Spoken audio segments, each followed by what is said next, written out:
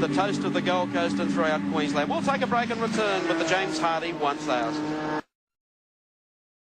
Welcome back to Mount Panorama. Dick Johnson continues behind Kevin Bartlett, John Harvey. Race order still the same. Up front and leading, Peter Brock for the Marlborough Holden dealer team in car number 05. Second place being held by Alan Grice, the Recar Commodore number 4. And then this great scrap that's been going probably now for about 10 or 15 laps, involving John Harvey, Kevin Bartlett, who's trying to get back to third place, and just dropping a little off the pace there, Dick Johnson. They're 20 seconds behind Alan Grice, who's running in second place.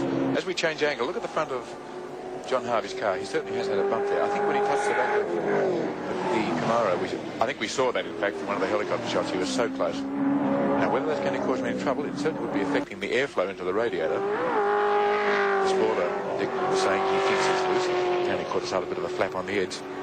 So certainly the... Oh, he's gone. Kevin Bartlett, roll is over. Bartlett has gone. He's got Dick Johnson maybe into him. No, Dick got out of the way. But the back tyre is off. The back tyre is off Kevin Bartlett's car. He went wide. I think the tyre came off at the start. Slid into the bank, hit, and a very slow and lazy roll across the track. A marshal is there to try and get Kevin up. He's okay.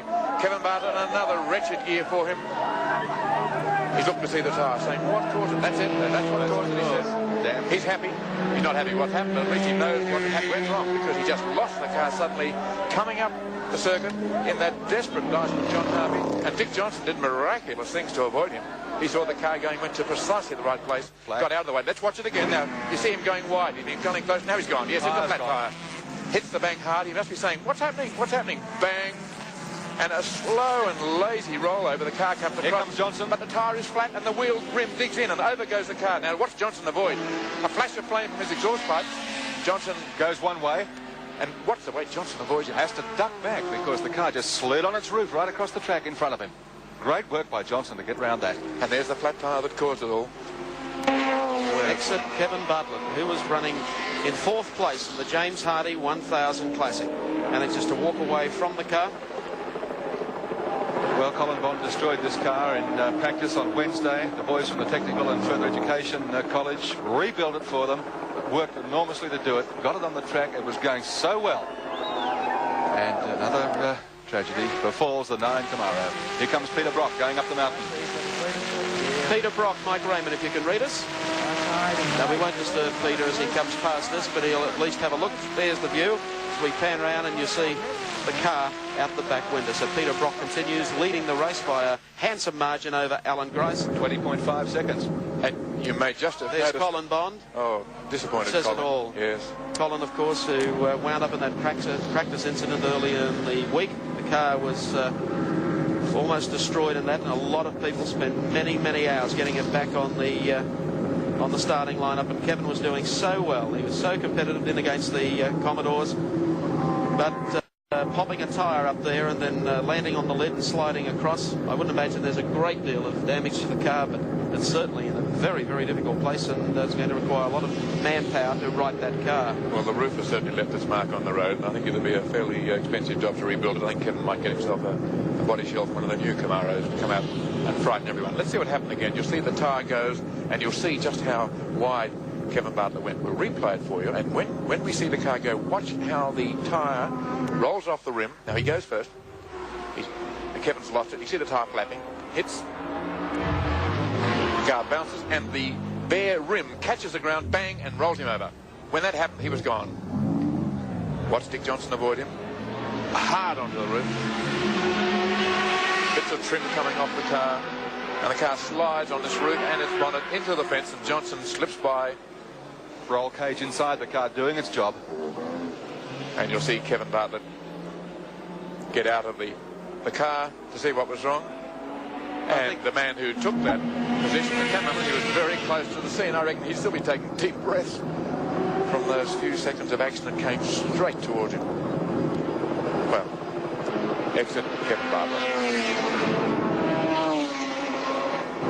And what a disappointment. It was up near this part of the circuit that Colin Bond, driving his car on Wednesday, had part of the front suspension break and went into the fence.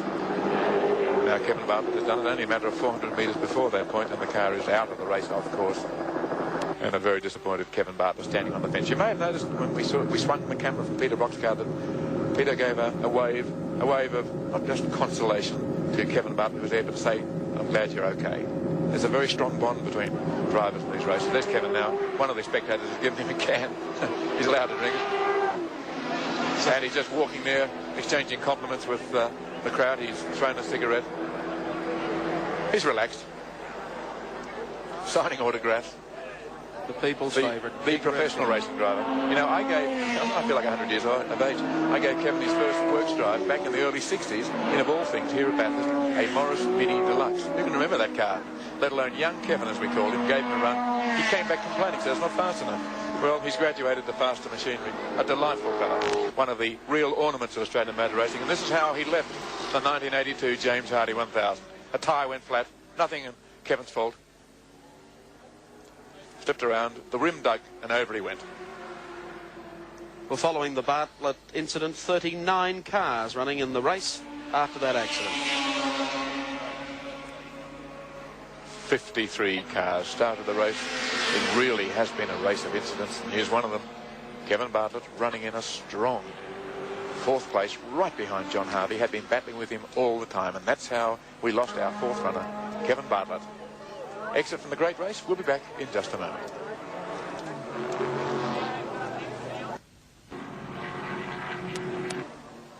I'm with Colin Bond, driver of the 9 Camaro, with Kevin Bartlett, who has just had an accident. Did you see it on the television, Colin? The accident?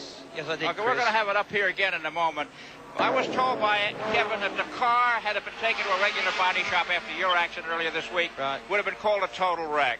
Was the car race-worthy when the race started today? I'd say the car was back to about 99% race-worthy, actually. The boys have done a fabulous job. The accident we had on the Wednesday was a glancing blow. It was into the same wall, by the way. Okay, here's the accident. Now, obviously, the left rear tire... It's blowing. Right, it's gone, right. Yeah.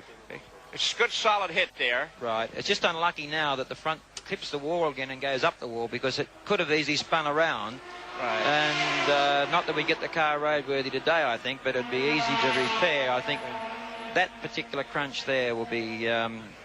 it's a very second-hand car, I can say that now. All right, now what kind of a ride did Kevin have inside that thing? Well, it happens that quick, you don't really know, and particularly when you're upside down, all you can see is road and darkness, and you're waiting for something else to happen, like the crunch is about to happen now. Yeah. And then you finally realise you've stopped, and once you've stopped, you can then think about getting out. But I'd say that the tyre's gone flat because of debris on the road. There's all the earthen banks around here. It's like something that Dick got before. He got a bigger rock and it just destroyed the front suspension. Okay, Colin, the cost of the crash earlier this week and this accident, what are we talking about in dollars and cents, what Bathurst is costing your team this year? I'd hate to think, actually, Chris, although I must say that it's probably been done the most economical way possible, because there are a group of guys here from, I think, Wollongong Tech and Wagga Tech and that, and they've done a fabulous job. And, I mean, they do it for nothing, basically. They come up here because they love to see the cars race, and if anything gets damaged, they try and get it going again. And with their assistance and our own guys' assistants who are here all week, that side of it, I mean, if you had to take them to a body shop and ask them to fix it for you, it'd probably cost about 10 grand, I'd say. Well, Colin, thanks for coming by. Better luck next time. And okay, back to the box. Thank you, Chris, and a great scrap going on a little bit down the field between Peter Jansen, who's come second on many occasions here in car 3, and Warren Cullen, just in front of him in car 22. Warren qualified better than Peter Jansen. In fact, he was just outside the top 10 in practice earlier in the week on Friday. It was Warren Cullen, of course, that had Alan Jones with him last year, and the car would not go at all. It's nice to see that he's doing a lot better this time around. Peter Jansen